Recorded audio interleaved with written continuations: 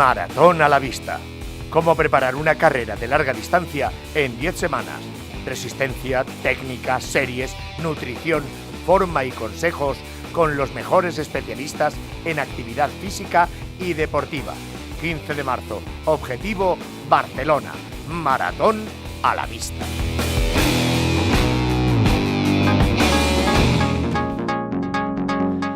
Pues estamos en el penúltimo programa de Maratón a la Vista antes de que un servidor pueda correr, si puede, la Maratón de Barcelona, que tendrá lugar el próximo 15 de marzo. Por ello tenemos que hablar, porque la verdad que bueno, llevamos una semana de muchos nervios, mucho estrés, ansiedad de cara a esta maratón, ¿no? Es la primera vez que queremos correr 42 kilómetros. Por ello, hoy nos visita un psicólogo deportivo. Se trata de Carlos Cañizares, una persona que entiende mucho sobre estos asuntos. Le tenemos que preguntar muchas cosas acerca de la psicología deportiva y la psicología dentro de una maratón. Pero como siempre, tenemos que comenzar Maratón a la Vista con nuestro compañero, entrenador personal y entrenador de atletismo, Javier Machuca. Machuca, muy buenas. Buenas tardes, Julio, ¿qué tal? Bueno, nos quedan tan solo 2 semanas para la Maratón de Barcelona. ¿Cuál es el planning de entrenamiento para esta semana, para la penúltima? Bueno, pues está ya en la penúltima semana, continuamos reduciendo el volumen de entrenamiento. Empezaríamos el martes haciendo 10 kilómetros de carrera continua suave para recuperar también un poquito la tirada larga, entre comillas, del domingo. El jueves subiríamos ya a 12 kilómetros de carrera continua y subiríamos un poquito ya la intensidad, la haríamos a ritmo medio. El sábado continuaríamos subiendo un pelín, haríamos 14 kilómetros de carrera continua a ritmo medio para finalizar el domingo con una tirada ya no larga, sino ya un rodaje de 16 kilómetros suave y terminaríamos así la semana. Oye, Javier, tú lo sabes, a nivel personal, desde hace 2 semanas estoy teniendo muchos problemas musculares, mucha fatiga, cansancio. Ahora también lo comentaré con Carlos Cañizares, con el psicólogo deportivo, pero lo cierto es que yo tengo como mucha fatiga, mucha ansiedad. No sé si habría que continuar con los entrenamientos con este planning, habría que parar, habría que intensificarlo. No, en principio cuando los planes de entrenamiento nosotros los marcamos, pero siempre se suele decir que los planes de entrenamiento están para romperlos, ¿no? Cuando ocurre cualquier cosa como la que me estás comentando, pues hay que variar en la programación que se tiene puesta, porque siempre aparecen molestias, siempre aparece sobrecarga, siempre aparece fatiga, y eso pues hay que, de alguna manera, hay que evitarlo. No podemos seguir entrenando, podemos seguir subiendo la carga si vemos que no estamos asimilando la carga anterior. Ten en cuenta que llevan muchos entrenamientos acumulados de 3 meses, y el cuerpo pues se encuentra ya fatigado. Estamos ya en la parte final, estamos ya levantando el pie para que el cuerpo vaya recuperándose y vaya cogiendo su estado óptimo para rendir en la maratón, pero no conviene continuar subiendo la carga si no te encuentras bien, si no estás asimilando lo que estás haciendo. No importa parar 3-4 días, 2-3 días, los días que sea necesario, para recuperar un poco recuperar un poco al organismo y también recuperar un poco a nivel psicológico, porque con todo lo que llevas encima, pues sí que es cierto que bueno, pues al final, en este tramo final sí que a veces se hace un poco pesado y un poco largo. Se hace pesado, pero claro, estás diciendo de coger el nivel óptimo de entrenamiento, de coger el nivel óptimo del cuerpo, y yo sin embargo, me encuentro cada vez peor. Y eso que he parado también unos días. ¿Es común esto? A veces pasa. Cuando paras unos cuantos días, las piernas se hinchan, se inflaman. Se inflama. Es una respuesta a todo el entrenamiento que has venido acumulando atrás, y se inflaman las piernas, y la sensación que tenemos es de que vamos mal. Se han rellenado todos los depósitos de glucógeno que tenía vacíos, entonces se ha rellenado también de todos los músculos de glucógeno, como te he dicho, y de agua, y entonces la sensación que tienes es de que vas muy pesado, pero en el momento que tú continuases corriendo más kilómetros o intensificases el ritmo, verías que las piernas te responden. Es un poco cuando se habla en el argot ciclista, ¿no?, de que en los días de descanso hay corredores a los que les sienta mal, es precisamente por esto, ¿no?, porque al parar el cuerpo, digamos, sí. Que o bien se relaja a nivel de muscular, o bien también ocurre esto que te estoy comentando, que acumulas mucho glucógeno porque el cuerpo lo absorbe en masa porque ha estado muy bajo los niveles de glucógeno durante mucho tiempo, y las piernas se hinchan y la sensación que tienes es de que no puedes o de que no vas bien. Pero ya te digo, si intensificas el entrenamiento o avanzas o haces más kilómetros de los que te marca el entrenamiento, verías que el cuerpo te responde. Pues ya lo saben, Javier Machuca, entrenador de atletismo, ya en la penúltima semana de cara a la Maratón de Barcelona. Muchas gracias. Nada, a vosotros.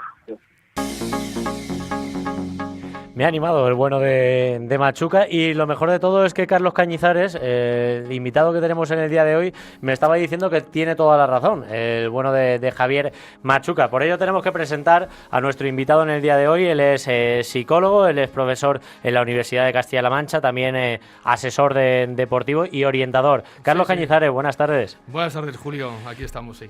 Lo cierto es que bueno, el reto que me he propuesto yo creo que se lo propone mucha gente, y que tú también lo has tenido que tratar con algunas personas, ¿no? Sí, vamos. Mi experiencia deportiva, he estado aquí en Portiano desarrollando algún tipo de actividad con deportistas en el fútbol sala, cuando militaba en determinadas categorías, incluso algún atleta también he colaborado con él para su preparación psicológica, que es muy importante además, es tremendamente importante la preparación psicológica, y todos los deportistas y atletas con los que he trabajado la reconocen como tal. Es decir, tiene unas sensaciones que al principio son capaces en un momento determinado de que no son controlables, y ellos con el tiempo, con las psicoestrategias que utilizamos los psicólogos deportivos y aquellos que nos dedicamos, aunque sea de forma como hobby, porque yo evidentemente no es mi plano profesional al que me dedico habitualmente, la verdad que se tiene unas unas expectativas sobre las mismas que favorecen mucho el rendimiento deportivo, y sobre todo en aquellos corredores populares que, si aprendieran este tipo de técnicas y estrategias, la verdad que serían muy favorecedoras de sus resultados posteriores. De hecho, Carlos, en el deporte de élite el psicólogo deportivo está. Sí, evidentemente. Prácticamente todos los deportes, ¿no? El psicólogo deportivo está, ¿por qué? Porque el deportista de élite tiene que tener un grado de activación óptimo. Es decir, no puede pasarse en la activación a nivel neurovegetativo, porque si no se producirían bloqueos del pensamiento, se producirían bloqueos en lo que es las estrategias de juego. De hecho, muchas veces encontramos a equipos de primera división que juegan mucho mejor fuera de casa que dentro de casa, precisamente por el grado de activación que mantienen esos jugadores, es decir, por los mecanismos de activación que generan para poder dar todo de sí frente a su público, y eso puede generar un grado de activación efectivamente mucho más elevado, y puede producir que en un momento determinado los jugadores pierdan las líneas. Sí. Y entonces eso es lo que trabaja mucho el psicólogo deportivo, es decir, el reto de generar con una visualización el grado óptimo que el deportista tiene que tener entre lo que es la activación y la relajación óptima. Nosotros nos tenemos que centrar en el atletismo, ¿no? En el corredor popular. Sabes que voy a correr el próximo 15 de marzo la Maratón de Barcelona, y hay mucha gente que nos está escuchando y se está animando para correr maratones, ¿eh? Sí. Ya me han dicho gente que se está preparando la Maratón de Madrid, incluso la de Valencia. Sí. ¿Tú a esos corredores populares qué le dirías desde un principio? Hombre, yo lo primero que le diría es que tuvieran suerte.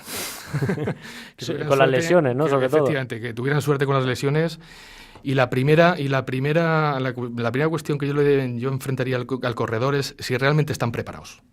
Es decir, preparados tanto física como psicológicamente. Es decir, la primera vez que corres un maratón tienes que conocer las fases por las que pasas por el maratón.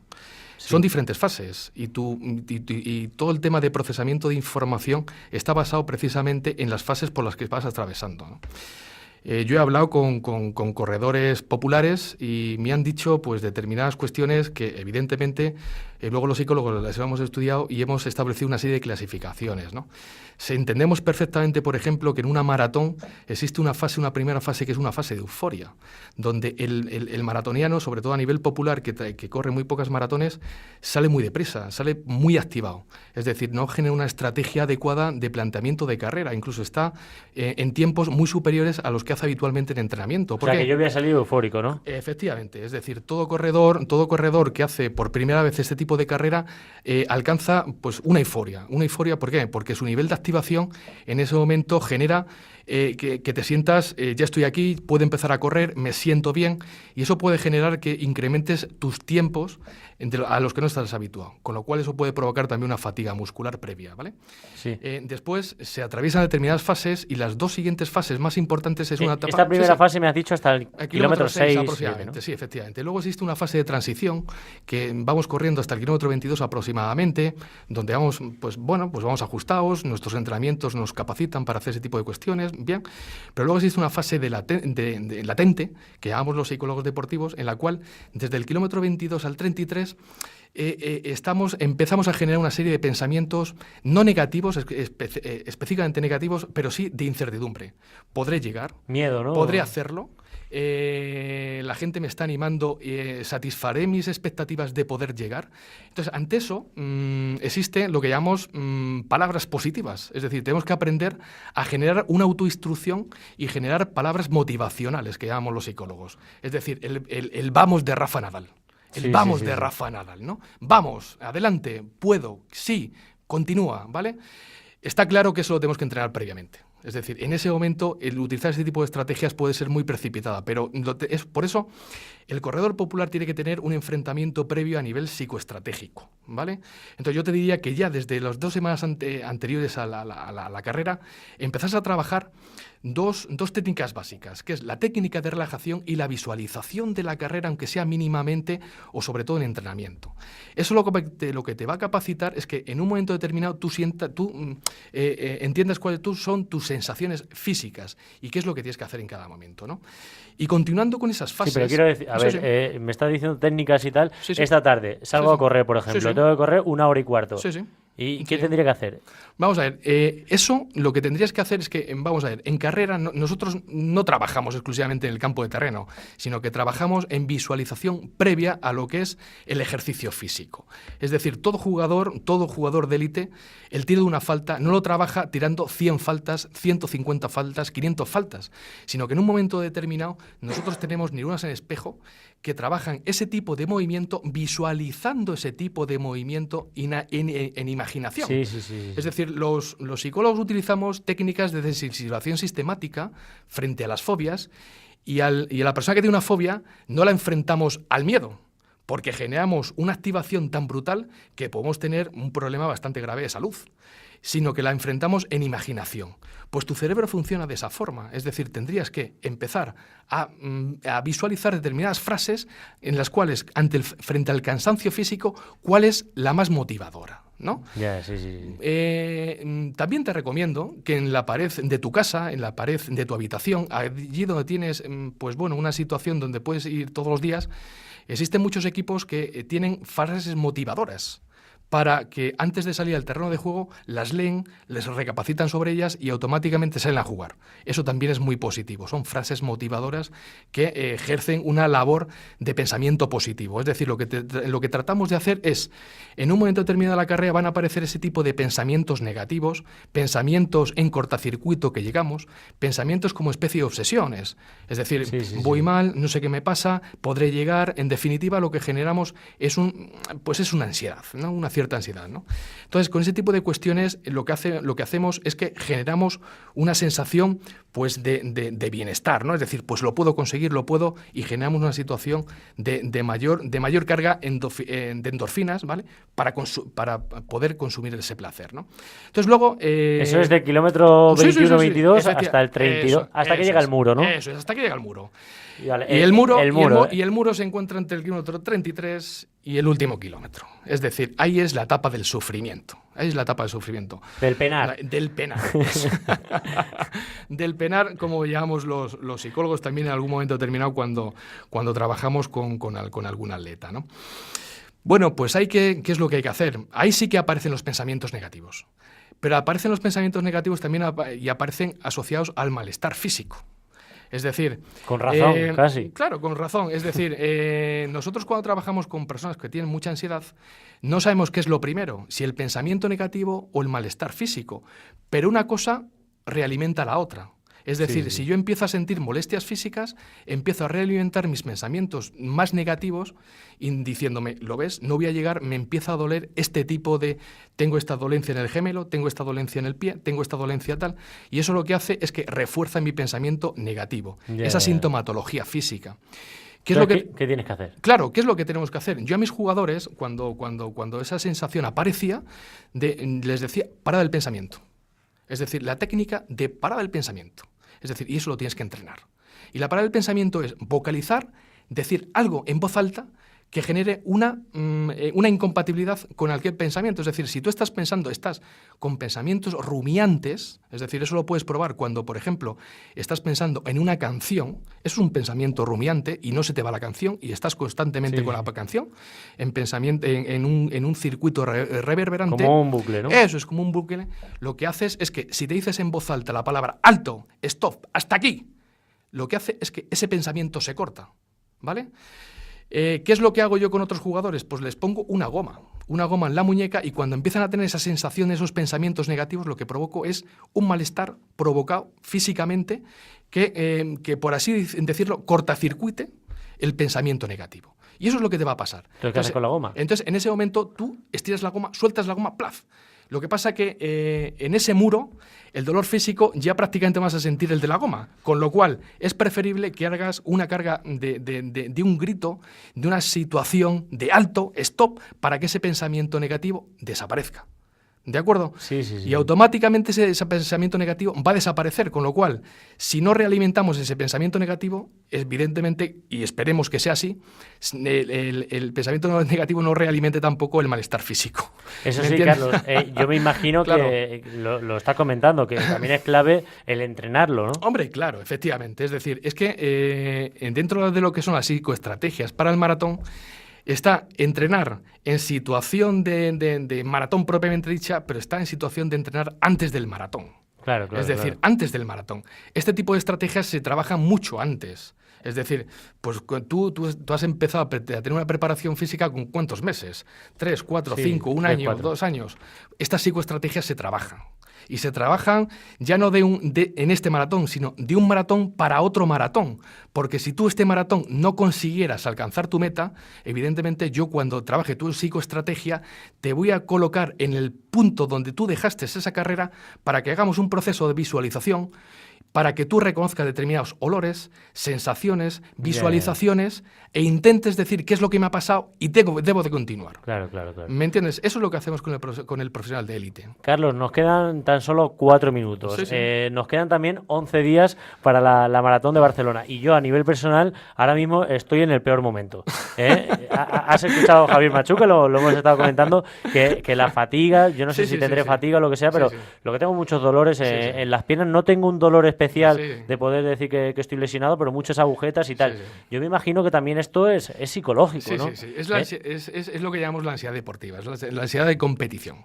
¿Y qué puedo hacer para que esto se me pase? Vamos a ver. Porque he parado también. Vamos a ver, el grado de activación, como te decía, es un grado, todo el tema de activación es muy bueno, siempre que lleguemos a un punto óptimo. Pero si superamos ese punto óptimo, empezamos a tener una ansiedad.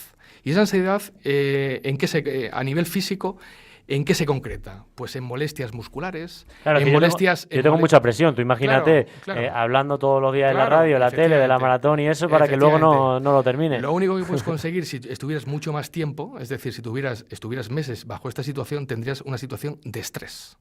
Esa situación de estrés lo que genera ya es una dolencia física que te podía provocar incluso una situación de bloqueo muscular. ¿De acuerdo? Entonces, ¿qué es lo que tienes que hacer a 2 semanas vista de la maratón? Lo que tienes que aprender es intentar aprender alguna técnica muy rápida de relajación. Es decir, para que en esos momentos de alta tensión que tú tienes, pero tensión a nivel tanto psicosomático como físico propiamente dicho, esté en el culmen, lo que hacemos con la relajación es que es algo incompatible con la tensión.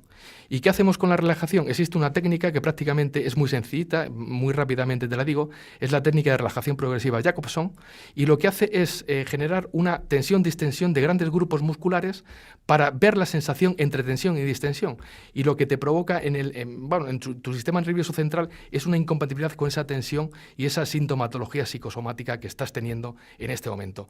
Pero es tremendamente normal. Lo que Machuca te decía, que si has parado, la carga de todo el tema de carga metabólica se ha rellenado y si empiezas a correr seguramente vayas a más, a nivel psicológico te está pasando eso, es decir, tu grado de activación lo tienes superado, ¿vale? Entonces tienes que rebajar tu grado de activación. Tu grado de activación la tienes que rebajar precisamente haciendo alguna técnica de relajación y generando autoconfianza, es decir, sabiendo que lo vas a conseguir. ¿Vale? Claro, Todos tenemos miedo. Pero eso es muy fácil decirlo. Claro, pero hasta que no nos enfrentamos... ¿Cómo pueden llegar esos pensamientos positivos en lugar de negativos? Hasta que no nos enfrentamos a la misma, esos miedos no van a desaparecer. ¿Me entiendes? Es decir, yo puedo tener miedo a que un dragón verde entre por esa puerta, pero cuando vengo un día y no veo que entra el dragón verde, vengo otro día y tampoco lo veo, vengo 100 días y no lo veo, ya no tengo miedo al dragón verde que entre por esa puerta. Claro. Entonces, para que se te quite tu miedo, tienes que enfrentarte a tu miedo, y tu miedo es correr los 42 kilómetros de la maratón.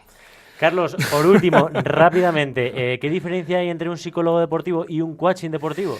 Bueno, vamos a ver. Ahora la figura del coaching está muy es el preparador como tal. Es decir, yo lo que te hago es sensibilizarte ante ese tipo de cuestiones que yo te he dicho anteriormente. Es decir, en los procesos de activación psicológica, en psicoestrategias, en enseñarte cuál es tu grado de activación, en enseñarte cómo autoinstruirte cuando realmente aparece un pensamiento negativo, ¿vale?